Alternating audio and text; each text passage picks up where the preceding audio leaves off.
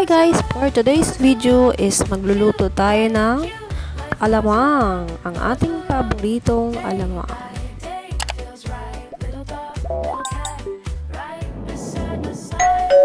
So una sa lahat, kailangan nating linisin ng mabuti ang ating alamang kasi minsan hindi natin maiwasan na may nakakasamang ibang mga creator dyan. So yan na siya, okay na siya, malinis na siya. And meron tayong maraming kamatis with kalamansi. Tapos meron tayong luya. Maglalagay tayo ng luya, sibuyas, bawang. Yan, isang ulo ng bawang. And tayo ay magpe-prepare na ng ating mga ingredients.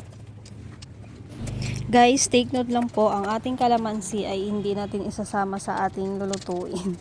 Yan no ay naisama ko lang po sa paghugas. Alam nyo ba na ang sikreto ng masarap na luto ay nasa kawali? Sa kawali. Nasa kawali. Gamit ang kawali, ang kaldero, sa dapog. Sa dapog.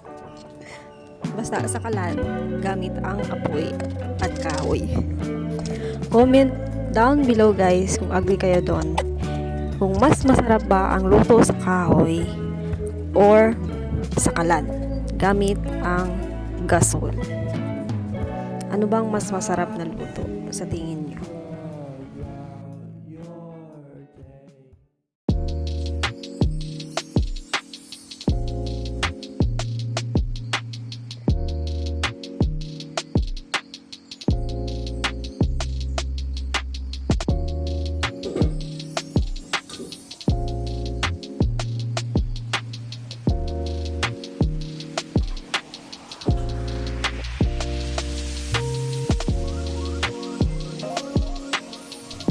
So guys, ngayon ay naka-ready na ang lahat.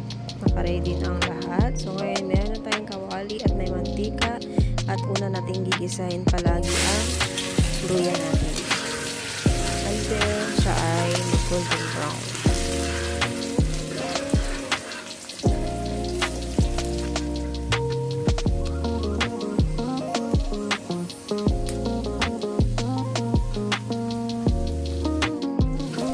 Tapos, isunod natin ang ating bawang. Tapos, sibuyas. Hanggang siya ay brown. At susunod natin ang ating maraming kamatis. At, sunod na rin ang ating alamang.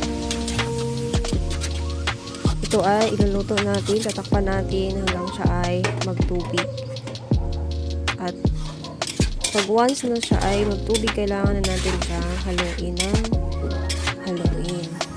Tapos, pag medyo nabawasan na yung tubig, maglalagay na tayo ng ating asukal. Ang asukal, na paglalagay ng asukal, tansya lang po ang ating lagay sa kanya. Tapos, pag siya ay lumapot na, mag-golden brown na siya, saka tayo maglagay ng vinegar. At hayaan natin siya kumulo hanggang medyo naatas na. Mga 5 minutes to 3 minutes to 5 minutes, saka natin haluin. At least naluto na ang ating suka.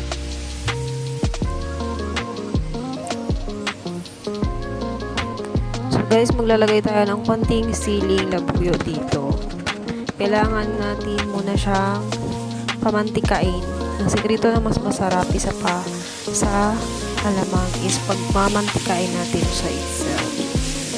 At saka natin ilalagay ang ating siling labuyo. Yun na yung final natin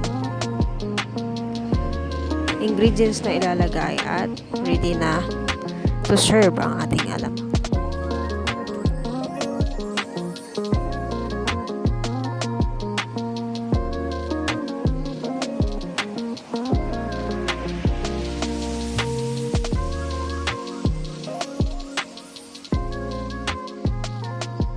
Okay na okay siya sa ating Indian mango.